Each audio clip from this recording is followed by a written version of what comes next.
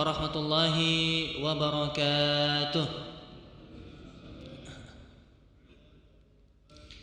Alhamdulillahi rabbil alamin, wabihi nasta'in ala umurid dunya waddin, wassalatu wassalam ala asyrafil anbiya'i wal mursalin, sayyidina wa maulana Muhammadin wa ala alihi wa ashabihi wa man sara ala nahjihi ila yaumiddin, amma ba'du.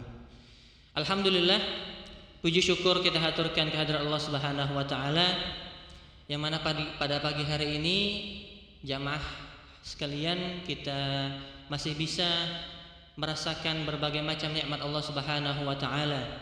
Dan di antara nikmat Allah yang paling besar adalah Allah gerakkan hati kita, Allah gerakkan tangan kita, badan kita untuk sama-sama melaksanakan kewajiban.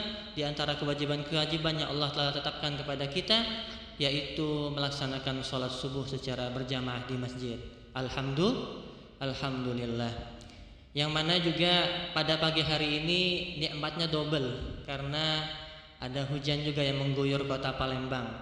Alhamdulillah. Semoga doa-doa kita yang kita lantunkan di waktu sahur tadi, di waktu menjelang subuh tadi, yang mana itu adalah waktu-waktu mustajab, ditambah dengan hujan juga, mudah-mudahan Allah Subhanahu wa taala mengabulkan hajat-hajat kita. Amin ya rabbal alamin.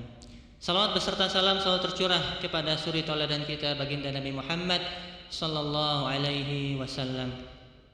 Semoga salat dan salam selalu tercurah kepada beliau, keluarga, sahabat dan pengikutnya hingga akhir zaman. Dan semoga kita semua sebagai umatnya kelak mendapatkan syafaat darinya di yaumil qiyamah. Amin ya rabbal alamin. Jamaah Masjid Agung, atau yang sekarang sudah berganti nama apa ya? Masjid Sultan Mahmud Badarudin. Nah, itu yang belum hafal-hafal tuh nama belakangnya. Nyayu Kromo, masyaallah. Semoga Allah berkahi masjid ini, salah satu masjid tertua di kota Palembang, yang mana kami bersyukur pada hari ini diberikan kesempatan untuk tausiah di sini. Mudah-mudahan apa yang kami sampaikan dapat bermanfaat dan menjadi penyegaran dan menjadi motivasi bagi kita di bulan Sya'ban ini untuk senantiasa lebih semangat lagi dalam beribadah dan mempersiapkan diri. Jamaah hadirin maka Allah Subhanahu wa taala, bulan Sya'ban yang tengah kita sudah lewati pertengahannya ini adalah sebuah bulan yang bisa disebut sebagai bulan kejepit, yang mana dia terjepit antara bulan Rajab dan bulan Ramadan. Yang mana kita sudah tahu sendiri bagaimana keutamaan bulan Rajab, yaitu salah satu dari 4 bulan haram, bulan mulia, dan antara bulan suci Ramadan. Bulan ini dijuluki oleh Nabi SAW sebagai syahrun yaghfulu anhun nas, bulan yang dilupakan oleh manusia. Kenapa? Karena posisi terjepit. Orang-orang terkadang ketika sedang dalam di hari kejepit itu bawaannya males, bawaannya pengen libur, bawaannya pengen males-malesan. Dan bahkan sudah bukan rahasia umum lagi kalau sekarang ini yang namanya ada hari kejepit itu jadi hari kejepit nasional, alias libur. Bagi yang bekerja mungkin tahu. Kalau misalnya ada hari Kamis tanggal merah, Sabtu tanggal merah, jelola pasti Jumatnya juga libur. Nah, apa alasannya? Hari kejepit nasional. Nah, itulah pula bulan Sya'ban ini. Orang-orang kadang ketika di hari kejepit itu kenapa dibuat libur? Karena terkadang memang lebih malas. Orang biasa lebih malas bekerja, orang lebih milih ngambil cuti, atau masuk kerja pun biasanya lebih malas-malasan, lebih tidak semangat. Karena terjepit di antara 2 hari libur. Nah, di bulan Sya'ban ini sebaliknya, bulan Rajab adalah bulan haram yang orang sangat semangat untuk beribadah. Bulan Ramadan juga apalagi, yang mana pahala berlipat ganda dan lain sebagainya. Bulan Sya'ban orang milih biasanya ngepur dulu, milih untuk istirahat dulu. Kita istirahat dulu lah. Kita jangan sampai terlalu ngegas, terlalu semangat beribadah, akhirnya nanti di bulan Ramadan malah tak terkait tenaga lagi. Nah, ini diantara salah persepsi di sebagian masyarakat kita, yaitu malah menjadikan bulan Sya'ban ini bulan untuk malah bersantai-santai, bulan malah untuk kita tidak menyemangatkan diri untuk beribadah di tengah-tengahnya. Padahal kata para ulama, bulan Sya'ban ini justru adalah syahrus sakti, bulan tempat kita menyiram dan merawat. Apa yang disiram dan dirawat ini? Yang disiram dan dirawat ini adalah, kalau ibaratkan tanaman, ibadah yang sudah kita lakukan di bulan Rajab kemarin, Sya'ban inilah waktu untuk kita menanam dan merawat dan juga mengairi ibadah-ibadah tersebut. Agar apa? Agar tanaman ini tetap terjaga, dan di bulan Ramadan, yang mana bulan Ramadan adalah syahrul hasad, bulan memanen, kita tinggal memanfaatkan apa yang sudah ada. Kita tidak perlu capek-capek lagi mengulang atau memulai dari awal apa ibadah yang sudah kita lakukan, karena sudah kita biasakan, sudah kita airi, sudah kita gemburkan, sudah kita suburkan ibadah tersebut di bulan Sya'ban. Dan bulan Sya'ban ini, jamaah sekalian, pada masa Arab jahiliyah dulu, sebelum Islam datang, sebelum Nabi Muhammad SAW lahir, sesuai dengan namanya, memang dari awal adalah bulan untuk mencari air. Bulan Sya'ban sejak masa Arab jahiliyah adalah bulan para orang Arab dahulu mencari air. Diambil dari kata Sya'ban, tasya'ub, artinya berkelompok-kelompok untuk mencari sesuatu. Dan di bulan Sya'ban ini mereka mencari air. Mengapa mereka mencari air? Karena nanti di bulan Ramadan, sesuai dengan namanya Ramadan atau Ramdha, adalah bulan yang kering. Bulan yang kering dan sulit untuk kita mencari air karena panas yang membakar di bulan tersebut. Lalu disebut Ramadan, akhirnya artinya lebih panas lagi. Maka orang Arab jahiliyah dulu pada bulan Sya'ban ini berusaha mencari air ke segala posisi, ke segala penjuru, agar nanti ketika masuk bulan Ramadan mereka tidak perlu capek-capek lagi mencari air, mereka tinggal untuk menikmati air yang sudah mereka kumpulkan di bulan Sya'ban. Maka ketika Islam datang, nama-nama bulan ini tetap ada. Nama-nama bulan ini tetap dipertahankan. Yang namanya Sya'ban tidak berubah, tetap Sya'ban. Yang namanya Ramadan tidak berubah, tetap Ramadan. Adapun Ramadan, makna spiritual di situ, kenapa namanya tetap dipertahankan, adalah bahwa Ramadan selain dia adalah bulan yang panas secara hakiki, secara fisik, maka sebenarnya di bulan ini adalah waktu untuk membakar. Apa yang dibakar? Yang dibakar adalah dosa-dosa yang kita miliki. Maka sejatinya ketika kita masuk bulan Ramadan, inilah waktu untuk kita memperbanyak istighfar juga, memperbanyak ibadah, agar apa? Agar terbakar seluruh dosa-dosa yang kita miliki, hingga nanti di hari Id kita keluar dari bulan Ramadan sebagaimana bayi yang baru lahir, yaitu tidak memiliki dosa. Dan begitu pula bulan Sya'ban. Bulan Sya'ban sebagaimana namanya di bulan jahiliyah dahulu adalah tempat atau waktu orang-orang jahiliyah mengumpulkan air, maka begitu pula di bulan Sya'ban ini, secara makna spiritualnya, maknawinya adalah waktu kita untuk mengumpulkan air-air. Tapi bukan air-air hakiki, tapi air-air spiritual. Dengan apa air-air spiritual itu bisa terisi? Tidak lain dan tidak bukan adalah dengan memperbanyak ibadah dan menjauhi maksiat dimulai dari bulan Sya'ban ini. Di antaranya yang paling banyak dilakukan baginda Nabi Muhammad SAW adalah memperbanyak puasa di bulan Sya'ban. Yang mana dalam beberapa riwayat hadis, Nabi SAW bahkan pernah berpuasa bulan Sya'ban itu 1 bulan penuh. Pernah juga diriwayatkan di tahun yang lain bahwa Nabi SAW berbuka dan berpuasa di bulan Sya'ban. Yang mana ini menunjukkan Nabi SAW mengajarkan kepada kita untuk mempersiapkan diri melakukan ibadah sebelum kita melakukan ibadah yang nanti lebih agung, yaitu berpuasa di bulan suci Ramadan. Dan sejatinya Bapak Ibu Allah Subhanahu wa taala, mengapa puasa menjadi ibadah yang perlu kita lakukan sebelum kita puasa juga nanti di bulan suci Ramadan, adalah untuk agar melatih diri kita, terutama melatih hati kita. Melatih hati kita, membersihkan hati kita dari hama-hama, dari gangguan-gangguan yang nanti justru bisa mengganggu ibadah kita nanti di bulan suci Ramadan. Apa itu hama yang bisa mengganggu kita nanti di bulan suci Ramadan? Bapak Ibu Allah Subhanahu wa taala, puasa adalah salah satu ibadah yang mana pahalanya itu langsung diganjar oleh Allah Subhanahu wa taala. Jadi tidak dicatat lewat malaikat dulu lalu diangkat oleh malaikat kepada Allah Subhanahu wa taala, sebagaimana bulan Sya'ban ini adalah bulan di mana amalan kita diangkat oleh para malaikat kepada Allah Subhanahu wa taala.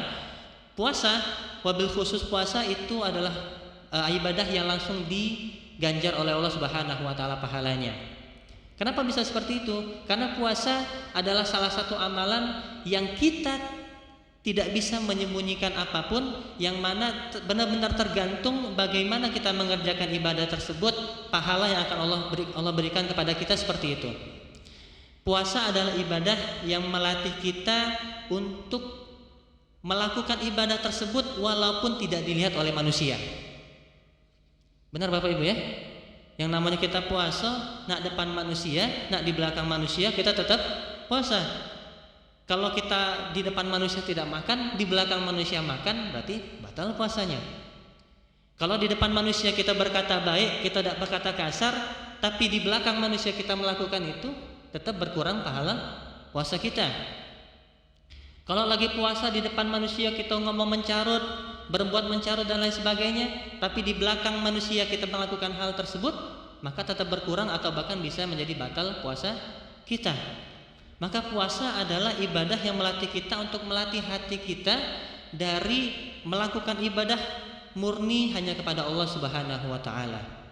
Yang mana ini adalah salah satu hama, salah satu gangguan yang mana bisa menyebabkan tanaman ibadah kita tadi, meskipun sudah kita airi, sudah kita kasih air yang terbaik, sudah kita kasih pupuk yang terbaik, akan tetapi kalau hamanya ini tidak dibersihkan, hamanya ini tidak disucikan, tidak diberantas, maka ibadah yang kita lakukan, apapun yang kita tanam, bisa rusak, bisa gagal panen ketika nanti di bulan suci Ramadan. Maka secara singkat kami akan bahas pada pertemuan kali ini, sebagaimana Sya'ban adalah bulan yang dilupakan, ada satu maksiat, ada suatu perbuatan yang mana sebagian dari kita itu lalai, sebagian dari kita mungkin tidak memperhatikannya, namun ini menjadi salah satu yang bisa menyebabkan amalan-amalan kita itu tertolak di hadapan Allah Subhanahu wa taala, yaitu adalah riya. Riya adalah salah satu dosa besar yang mana dosa ini salah satu yang paling ditakutkan Nabi SAW. Dalam salah satu hadis Nabi SAW berkata, Inna akhwafa ma akhafu alaikum asyirkal asghar. Sesungguhnya yang paling aku takutkan dari kalian wahai umatku, bukan kita menyekutukan Allah dalam bentuk yang lain, bukan kita menyembelih untuk yang lain, untuk selain Allah, bukan kita sujud kepada selain Allah, tapi apa yang Nabi paling takutkan dari kita? Asyirkul asghar, syirik kecil, yaitu riya. Kenapa riya ini berbahaya? Karena apabila riya tersebut ada di diri manusia ketika dia melakukan ibadah, maka ibadahnya tidak diterima. Dan riya ini ada berbagai macam tingkatannya Bapak Ibu sekalian.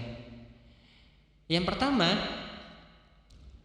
tingkatan pertama riya yang paling tinggi adalah orang yang melakukan riya karena orang yang melakukan riya di ibadah-ibadah yang wajib. Orang yang melakukan riya di tingkatan ibadah-ibadah yang wajib. Maksudnya dia menghadiri sholat Jumat, atau dia hadir sholat berjamaah di masjid, atau dia puasa, dia melakukan semua itu karena riya, karena mengharapkan dilihat oleh manusia. Ini tingkatan riya yang paling tinggi, yaitu bahkan ibadah yang wajib sekalipun dia tidak lakukan kecuali karena agar dilihat oleh manusia. Na'udzubillah min dzalik. Tingkatan yang di bawahnya kedua, yaitu adalah orang yang kalau ibadah wajib dia tidak riya, tapi dia riya ketika dia mengerjakan ibadah sunnah.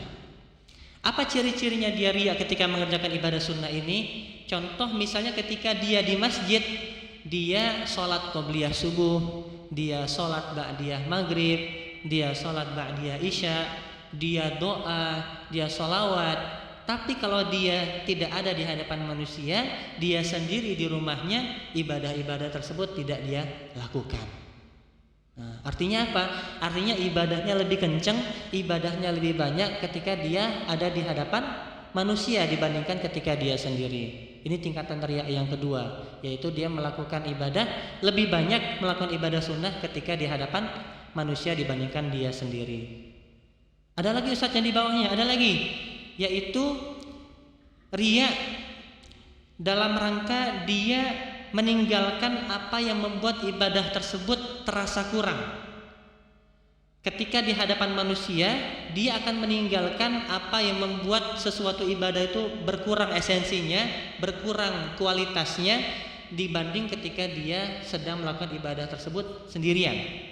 Di antara contohnya adalah ketika lagi sholat berjamaah misalnya, atau mohon maaf ketika menjadi imam, atau ketika seperti kami ketika lagi ceramah, ketika di hadapan manusia, maka sholatnya itu dibuat lebih lama. Rukuknya dibuat seperti lebih lama, sujudnya dibuat seperti lebih lama, bahkan bacaan Qur'annya pun dibuat lebih lama dibandingkan kalau dia sholat sendirian. Ini salah satu, ini tingkatan riya yang di bawah yang atasnya tadi, tapi juga masih berbahaya. Karena pasti sebagian dari kita juga merasakan itu.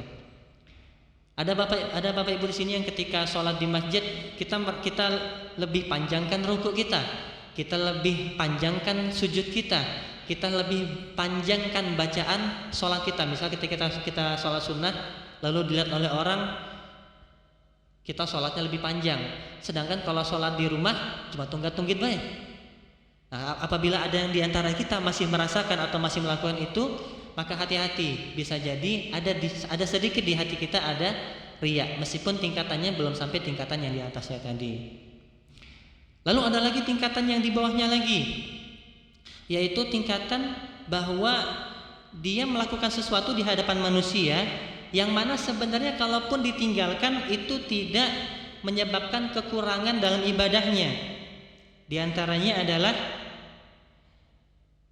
memanjang-manjangkan ruku atau membaguskan gerakan kita ketika kita sholat, yang mana itu biasanya tidak kita lakukan. Misalnya ini perbuatan yang sebenarnya tidak berpengaruh kepada, kalaupun ditinggalkan itu tidak begitu pengaruh kepada kesempurnaan sholat. Contoh misalnya ketika mengangkat kedua tangan dalam takbiratul ihram, biasanya seperti ini aja kalau dia sholat sendiri, Allahu Akbar. Tapi ketika sholat berjamaah, Allahu Akbar, Masya lebih dibuat lebih luar biasa, lebih khusyuk sepertinya. Nah itu ternyata itu diantara bentuk riya juga. Lalu kemudian diantara contoh lainnya adalah lebih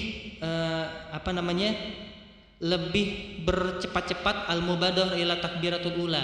Jadi dia bersegera agar bisa dapat takbir yang pertama, artinya dia bersegera menuju sholat jamaah, tapi niatnya bukan karena Allah Subhanahu wa taala. Dan itu itu tingkatan riya yang keempat, yaitu melakukan sesuatu di hadapan manusia yang membuatnya lebih bagus, meskipun itu sebenarnya kalau ditinggalkan tidak terlalu bermasalah dalam ibadah. Lalu tingkatan riya yang terakhir adalah wa qismun yura'i bi ziyadat kharija 'anil nawafil nafsuha aidan, yang mana dia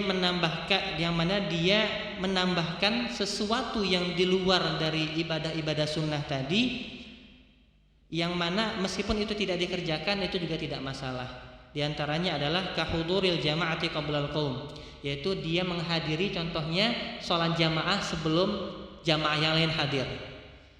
Menghadiri jamaah sebelum jamaah yang lain hadir ini salah satu bentuk tambahan ibadah yang tidak berpengaruh langsung kepada ibadah tersebut. Akan tetapi dia lakukan kalau ada orang ramai. Kalau orangnya sedikit atau tidak ada orang tertentu di masjid, maka dia tidak lakukan. Ini qism atau bagian riya yang paling rendah, yang paling bawah. Tapi meskipun seperti itu masih disebut sebagai riya, meskipun tingkatannya lebih rendah dari yang sebelum-sebelumnya. Nah, ini berbagai tingkatan riya, Bapak Ibu sekalian. Semoga kita semua bisa jauhi, semoga kita semua bisa hindari, dan semoga kita semua bisa membersihkan hama-hama riya ini. Kalau terlihat di diri kita, intinya apabila kita melakukan ibadah di masjid lebih banyak atau mungkin terlihatnya lebih khusyuk daripada kita melakukannya ketika kita sendiri di rumah, maka patut kita perhatikan diri kita, perhatikan niat kita, dan kita jaga hati kita, mudah-mudahan bisa terhindar dari riya yang bisa menyebabkan amalan-amalan kita tidak diterima di sisi Allah Subhanahu wa taala. Semoga Allah menjaga hati-hati kita. Allahumma inna na'udzubika min an nusyrika bika syai'an na'lamu wa nastaghfiruka lima la na'lamu. Ya Allah, kami minta ampun kepadamu dari syirik kepadamu dari apa-apa yang kami ketahui, dan kami berlindung kepadamu ya Allah dari berbuat syirik, di antaranya riya, dari apa-apa yang tidak kami ketahui. Wallahu a'lam bishawab. Sekian, semoga bermanfaat. Wa sallallahu ala sayyidina Muhammadin wa ala alihi wa ashabihi ajma'in walhamdulillahi rabbil alamin. Wassalamualaikum warahmatullahi wabarakatuh. Mari kita angkat kedua tangan kita tundukkan hati kita khusyukkan hati kita. Mudah-mudahan Allah Subhanahu wa taala di bulan Sya'ban ini, di hari yang mulia ini, di subuh ini, kita niatkan semoga Allah Subhanahu wa taala memberkahi amalan-amalan kita di bulan Sya'ban dan menjauhkan kita dari segala yang bisa mengganggu ibadah kita dan mengurangi sisi dan nilai ibadah kita di sisi Allah Subhanahu wa taala. Ala hadhihi niyyah wa bikulli niyatin shalihah bisirril Fatihah. A'udzubillahi minasyaitonir rajim. Bismillahirrahmanirrahim. Alhamdulillahirabbil alamin arrahmanir rahim maliki yaumiddin. Iyyaka na'budu wa iyyaka nasta'in ihdinas siratal mustaqim siratal ladzina an'amta 'alaihim ghairil maghdubi 'alaihim waladdallin. Amin. A'udzu billahi minasyaitonir rajim. Bismillahirrahmanirrahim. Alhamdulillahirabbil alamin wal 'aqibatu lil muttaqin wala 'udwana illa 'alal zalimin. Wassalatu wassalamu ala asyrafil anbiya'i wal mursalin sayyidina wa maulana Muhammadin wa ala alihi wa ashabihi ajma'in. Rabbana zalamna anfusana wa illam taghfir lana wa tarhamna lanakunanna minal khasirin. Allahumma ij'al jam'ana hadza jam'an marhuma wa tafarruqana min ba'dihi tafarruqan ma'suma. Allahumma la tada' lana fi maqamina hadza zanban illa ghafartah wa la hamman illa farajtah wa la daynan illa qadaytah wa la maridan illa shafaitah wa la 'asiran illa yassartah wa la dhallan illa hadaitah wa la hajatan min hawaijid dunya laka fiha ridha wa lana fiha as-salah illa qadaitaha lana wa yassartaha lana ya Allah ya rabbal alamin. Allahumma aslih dhata bainina, Allahumma alif baina qulubina wa aslih dhata bainina wahdina subulas salam wa najjina minadh dhulumati ilan nur wa jannibna al-fawahisha ma zahara minha wa ma batan wa barik lana fi asma'ina wa absarina wa qulubina wa azwajina wa dhurriyyatina wa tub 'alaina innaka antat tawwabur rahim. Allahumma inna na'udzubika min an nushrika bika syai'an na'lamuh wa nastaghfiruka lima la na'lamuh. Rabbana ighfir lana wa liwalidayna warhamhuma kama rabbayana shighara. Rabbana taqabbal minna innaka antas sami'ul alim wa tub 'alaina innaka antat tawwabur rahim. Allahumma barik lana fi Sya'ban wa ballighna Ramadan. Ya Allah, sebagaimana Engkau kumpulkan kami di masjid yang mulia ini Allah, maka kumpulkanlah kami kelak ya Allah di yaumil qiyamah bersama nabimu ya Allah, bersama para siddiqin, bersama para syuhada, bersama para salihin di jannahmu kelak ya Allah. Amin ya rabbal alamin. Rabbana atina fid dunya hasanah wa fil akhirati hasanah wa qina azaban nar. Wa sallallahu ala sayyidina Muhammadin wa ala alihi wa sahbihi wa sallam. Da'wahum fiha subhanakallahumma wa tahiyyatuhum fiha salam wa akhiru da'wana alhamdulillahi rabbil alamin.